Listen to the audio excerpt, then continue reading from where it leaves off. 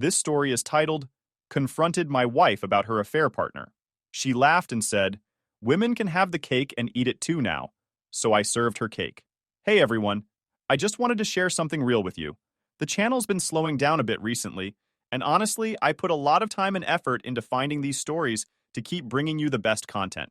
If you enjoy what I do, it would mean the world if you hit that subscribe button. Your support really makes all the difference and keeps this journey going strong. Thanks so much for being here with me. Now let's start the video.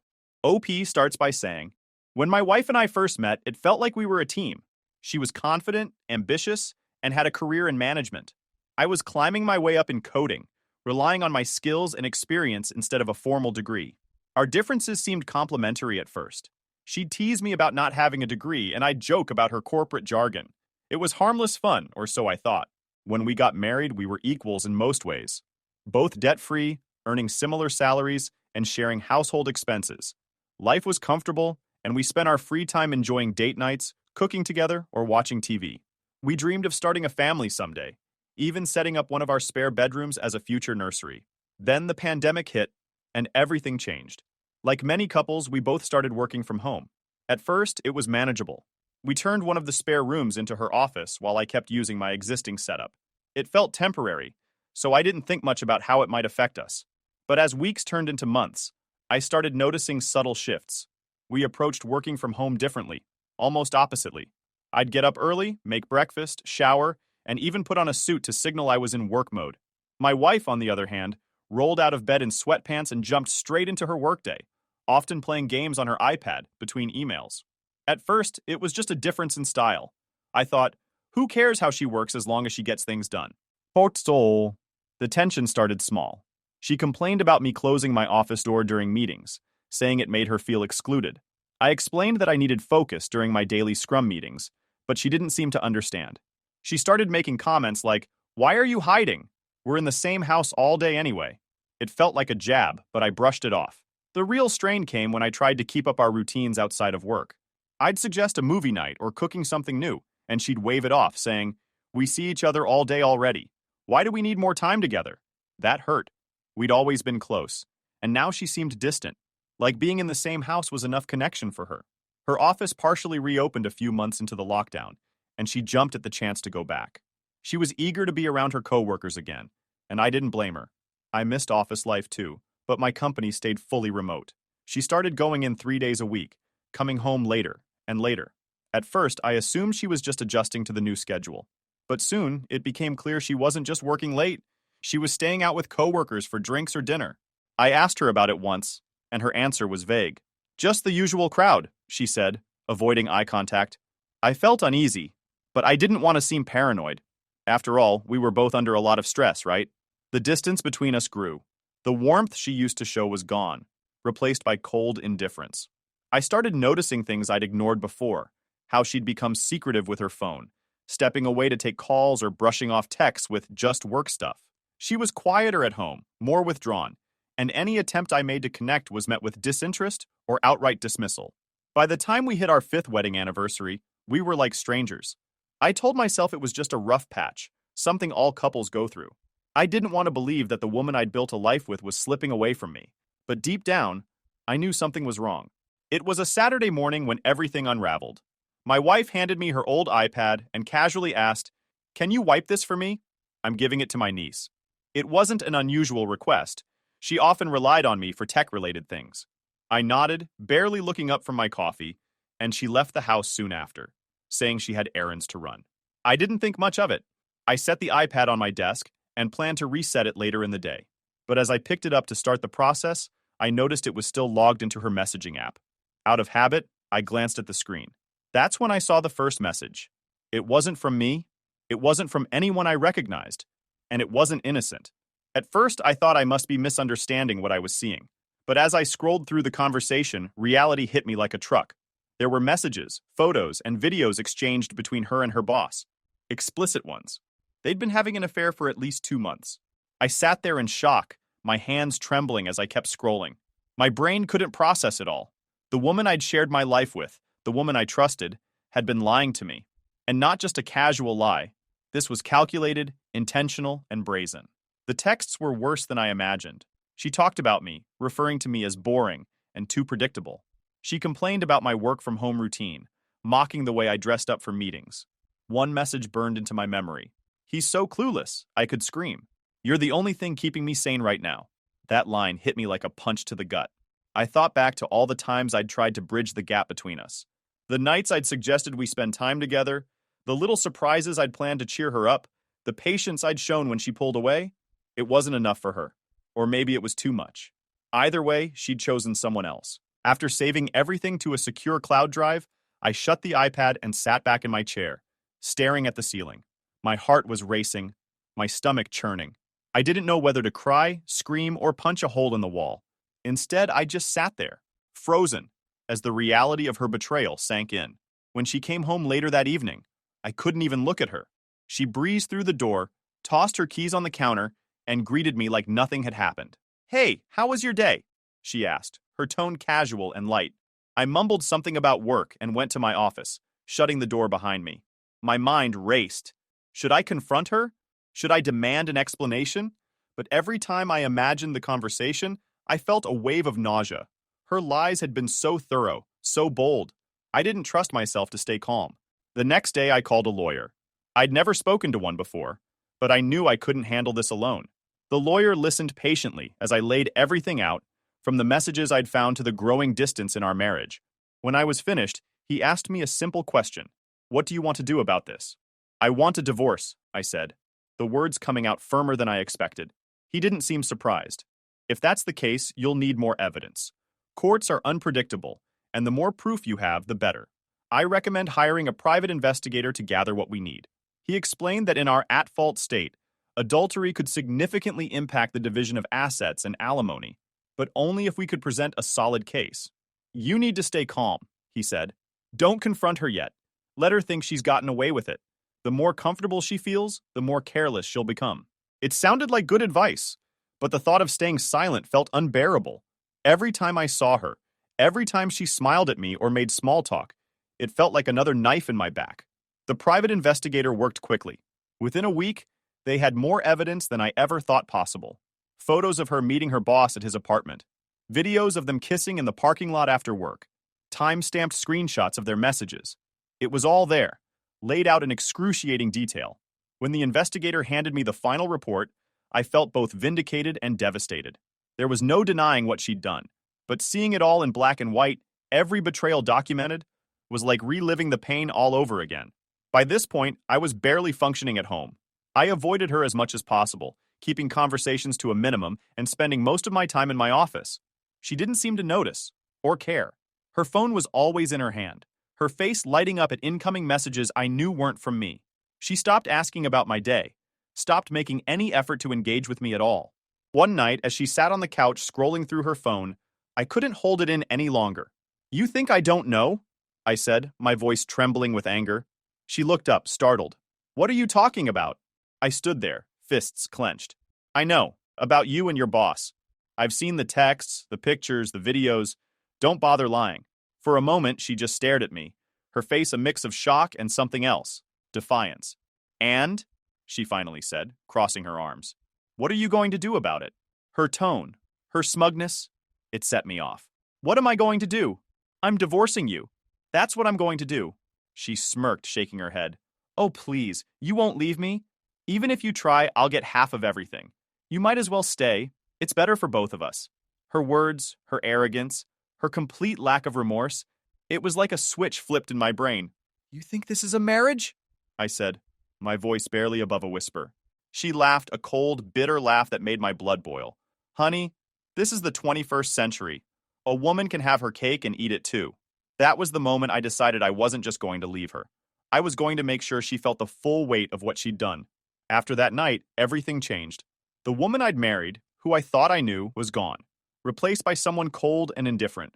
Her laughter, the smugness, and those final words, "A woman can have her cake and eat it too," echoed in my head for days. I couldn't stop replaying the moment, feeling the anger boil just under the surface. My lawyer had already told me to keep my emotions in check. "The courts don't favor theatrics," he warned. "Judges care about fairness and professionalism. Any emotional stunts could come back to bite you." I nodded and said I'd keep things civil, but deep down, I wanted her to feel some of the humiliation she'd caused me. That's when the idea hit me. If she wanted to talk about having her cake and eating it too, I'd make sure she remembered those words for the rest of her life. I started looking for a bakery that could handle custom cakes. After some searching, I found one that offered edible image printing. You could upload any photo, and they'd recreate it in frosting. It was perfect. I went through the evidence I'd gathered, picking a photo that wasn't too explicit, but would still make the message crystal clear. It showed her and her boss in a compromising position, clothed but unmistakable. Above the image, I had the words piped in bold, decorative icing. "Here's your cake. Eat it too." The bakery didn't ask any questions, and I didn't volunteer any details. When I picked up the cake, I couldn't help but smile.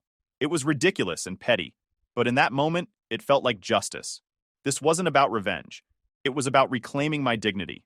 I coordinated with the process server to have the cake and divorce papers delivered to her office. He was an older guy, the kind who'd probably seen it all, but when I told him the plan, he laughed out loud. "You've got guts, I'll give you that," he said. "This is going to be a story for the books." The next day, I waited anxiously for his update. When the call came, I answered immediately. "You won't believe the scene," he said, barely able to contain his laughter. I walked into her office during lunch, cake in hand, and asked for her by name. She was sitting with a group of coworkers, laughing and chatting like nothing was wrong. She confirmed her name, so I set the box on the table, opened it, and put the papers next to it. Then I said, "You've been served." "What happened next?" I asked, leaning forward in my chair.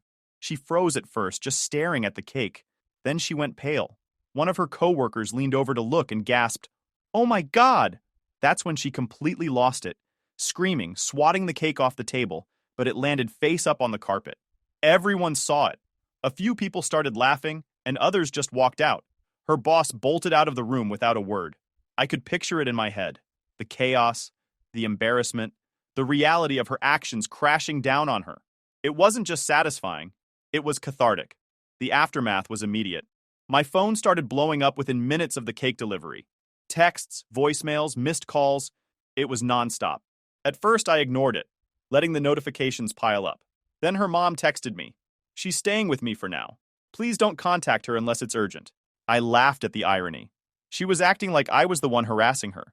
Meanwhile, I hadn't even responded to a single message. That night, I sat in my office, reflecting on what I'd done. The initial rush of satisfaction was fading, replaced by a creeping sense of doubt. My lawyer's warnings echoed in my mind. Judges don't have a sense of humor. Any act of pettiness could hurt your case. Had I gone too far? Would this stunt come back to haunt me in court? I didn't regret the message, but I worried about how it might be perceived. As much as I wanted to see her humiliated, my ultimate goal was to protect myself in the divorce. The last thing I needed was to jeopardize my position because of a cake. The next day, I called my lawyer to come clean. He sighed when I told him what I'd done. "Michael, I'm not going to sugarcoat this. Judges don't like these kinds of antics. It could make you look vindictive." "I wasn't trying to be vindictive," I said defensively. "I just wanted to make a point." "I get it," he replied. "And honestly, it's not the worst thing I've seen. But from now on, you need to focus on the big picture. Leave the drama out of it." I agreed, though part of me still felt like the cake had been worth it. The aftermath of the cake stunt was immediate and far-reaching. By the next day, the story of her public humiliation had spread through her office like wildfire. Mutual friends began texting me, asking if the rumors were true. I didn't reply to most of them, but from the details they shared, I pieced together the scene that had unfolded. Apparently, several coworkers had filmed the cake reveal, and videos were circulating among staff. Her boss, the man she'd cheated with, had immediately distanced himself, refusing to speak to her outside of strictly work-related matters. HR had been alerted, though it seemed like no formal complaints had been filed yet. Meanwhile, her so-called friends at work, the ones who had encouraged the affair, turned on her in an instant. "She brought this mess into the office," one of them allegedly said. "She deserves whatever fallout she gets." The irony of it all was almost poetic. The same people who had egged her on were now scapegoating her to protect themselves. She was left alone, ostracized, and panicking. At home, things were quieter. She hadn't come back since the cake delivery, opting to stay with her mom instead. That suited me just fine. My lawyer had advised me not to engage with her directly, so I ignored her texts and calls. Most of them alternated between begging for forgiveness and accusing me of ruining her life. I forwarded everything to my lawyer without replying. I'll admit, a small part of me felt guilty. Not for exposing her lies, she deserved that, but for the sheer public nature of it all. It wasn't just our marriage that had fallen apart. Her professional life and social reputation were now in shambles. But every time I started to second-guess myself, I remembered her laughing in my face, telling me I'd never leave her. That memory was enough to quiet any lingering doubts. A week later, she emailed me, asking to come by the house to talk. My lawyer advised me to allow it, but only under strict conditions. Record everything, he said, and have witnesses present. You don't want her twisting the narrative later. I agreed, and 2 mutual friends came over to act as witnesses. We set up our phones to record the conversation and waited for her to arrive. When she walked in, she looked completely different, frazzled, anxious, and far from the confident, smug person I'd confronted weeks earlier. She sat at the kitchen table, avoiding eye contact. I just want to explain, she began, her voice shaky. I don't know what came over me. It's like, it wasn't even me doing those things. I wasn't in control. I leaned back, crossing my arms. You were in control enough to lie to me for months. Her eyes filled with tears, and for a moment, I thought she might actually take responsibility. But then, she shifted the blame. It wasn't just me, she said. My co-workers. They got into my head. They kept telling me I deserved more, that you were holding me back. I raised an eyebrow. Holding you back how? By trusting you? Supporting you?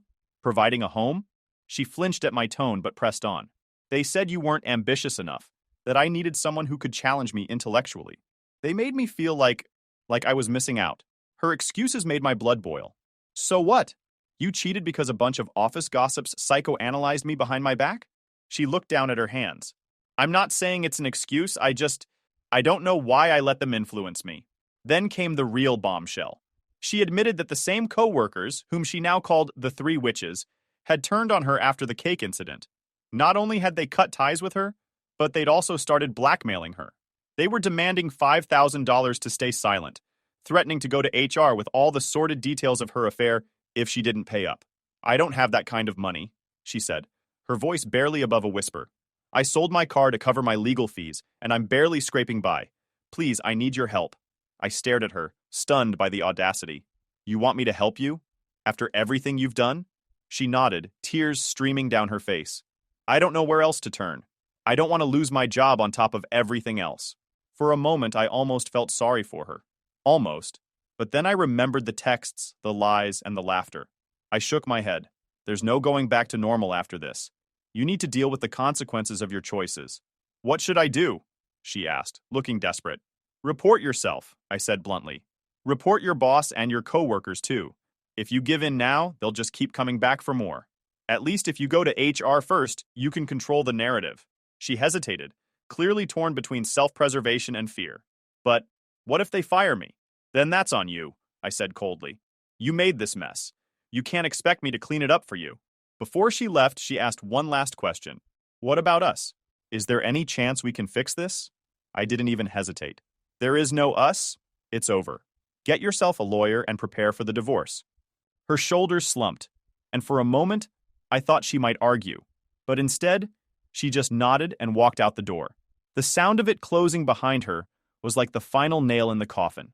In the days that followed, I heard bits and pieces about her situation.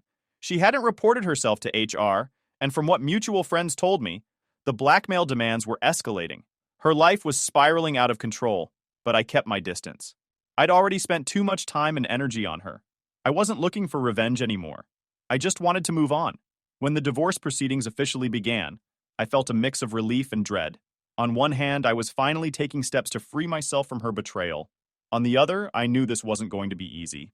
Divorce is messy, even under the best circumstances, and ours was far from amicable. My lawyer had been preparing for weeks, gathering evidence and documenting everything we could. The affair, the messages, the photos, it was all lined up and ready to present. He reminded me that we were in an at-fault state, which meant her infidelity would play a significant role in determining the division of assets and any alimony claims. Stay calm, he told me before our first court appearance. The evidence speaks for itself. Let her be the one who looks unreasonable. The first hearing focused on temporary orders, how bills and responsibilities would be handled during the divorce process. Her lawyer came out swinging, trying to paint her as a victim. He claimed that the affair was an emotional response to neglect, and that I had withdrawn emotionally and physically long before she cheated. I wanted to laugh at the absurdity of it, but I kept my face neutral. My lawyer calmly countered, presenting the evidence of her affair and highlighting the timeline. The messages and photos showed that she had been the one withdrawing, lying, and sneaking around for months. The judge seemed unimpressed by her lawyer's arguments and ruled in my favor. I retained control of the house, our shared accounts, and all major financial decisions until the final ruling. After that, things started to unravel for her. She had already sold her car to cover her legal fees, and mutual friends told me she was borrowing money from her parents to make ends meet. The blackmail from her former co-workers hadn't stopped either, and she was visibly struggling to keep her life together. Despite all of this, she kept trying to contact me. Emails, voicemails, and even handwritten letters showed up almost daily. One email stood out, not because it was different, but because it perfectly encapsulated her mindset. "You're ruining my life," she wrote. "How can you just throw everything away like this? We could fix this if you would just stop being so stubborn." It was almost laughable. She still couldn't see that she had done this to herself.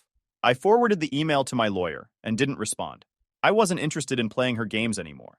The second hearing was where things got more heated.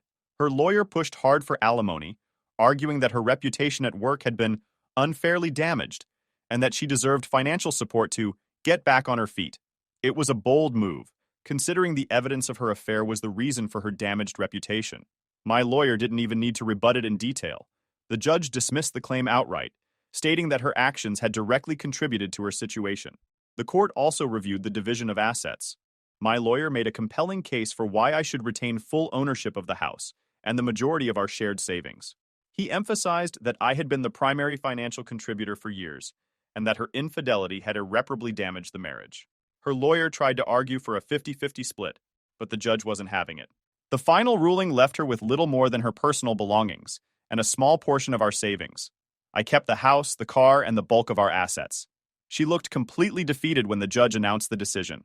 For a brief moment, I felt a twinge of pity, but then I remembered all the lies, the laughter, and the arrogance, and that pity quickly faded. Outside of court, she tried one last Hail Mary. She emailed me, suggesting that we attend marriage counseling to rebuild what we had.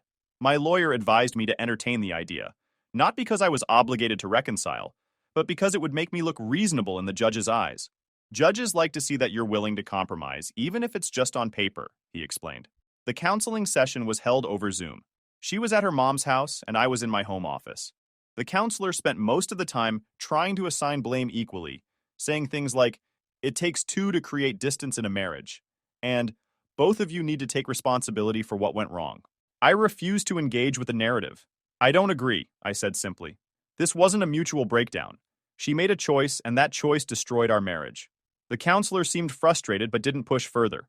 At the end of the session, my wife asked if I'd agree to another meeting. "What would it take for us to try again?" she pleaded. I didn't hesitate. "Nothing. There's no going back." I logged off before she could respond. By the time the divorce was finalized, I felt a weight lift off my shoulders. The court's decision had given me almost everything: my house, my savings, and most importantly, my freedom. She walked away with barely enough to start over, but that wasn't my concern anymore. She had made her choices, and now she had to live with them. Final update. It's been a few months since the divorce was finalized, and I thought I'd finally moved past everything. I rebuilt my life, got my house back in order, and even started finding peace with what happened. But life has a way of circling back to unfinished business. This time, it wasn't about me, it was about her. A mutual friend reached out a few weeks ago with some news about my ex-wife. Apparently, things at her job had taken a turn for the worse. After the cake stunt and the fallout that followed, her office became a minefield of tension. The rumor mill churned nonstop, and her reputation was shot.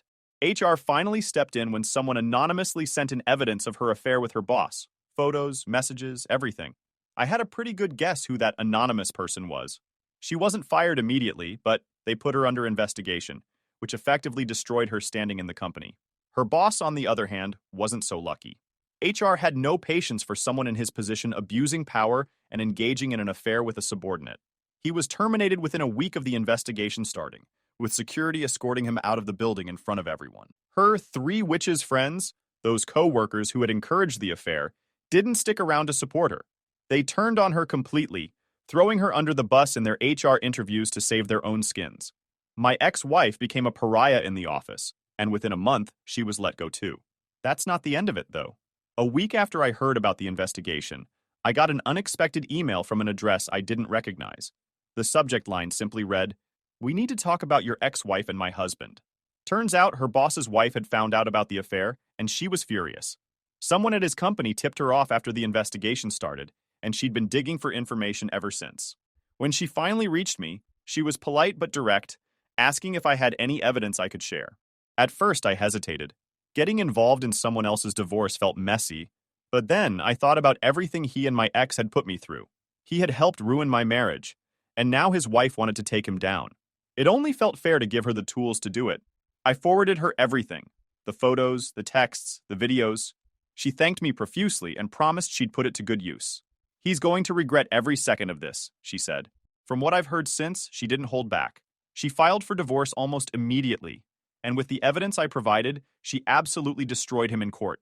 He lost custody of their kids, had to sell their house to cover the settlement, and was ordered to pay substantial alimony. The cherry on top? His reputation was completely trashed in their social circle. Turns out his wife wasn't shy about sharing the details of his betrayal with anyone who'd listen. Meanwhile, my ex-wife hasn't fared much better. After losing her job, she tried to find work in the same field, but the gossip followed her wherever she went. No one wanted to hire someone with that kind of baggage. Last I heard, she was working part-time at a local retail store and living in a cramped apartment. Her parents have reportedly grown tired of bailing her out financially. They've started distancing themselves, which leaves her even more isolated. Mutual friends say she looks miserable, like the weight of everything she's done is finally hitting her. As for the boss, he's struggling too. With no job, a ruined reputation, and an expensive divorce settlement, he's barely keeping his head above water. I'd be lying if I said I didn't feel some satisfaction hearing about his downfall. He thought he could have it all, just like my ex-wife, and now he's paying the price. This whole situation has been a reminder that actions have consequences. For months, I questioned whether I'd done the right thing with the cake stunt, whether exposing her so publicly had been worth it. But seeing how everything played out, I have no regrets. She and her boss tried to tear apart 2 marriages, and now they're dealing with the wreckage they created.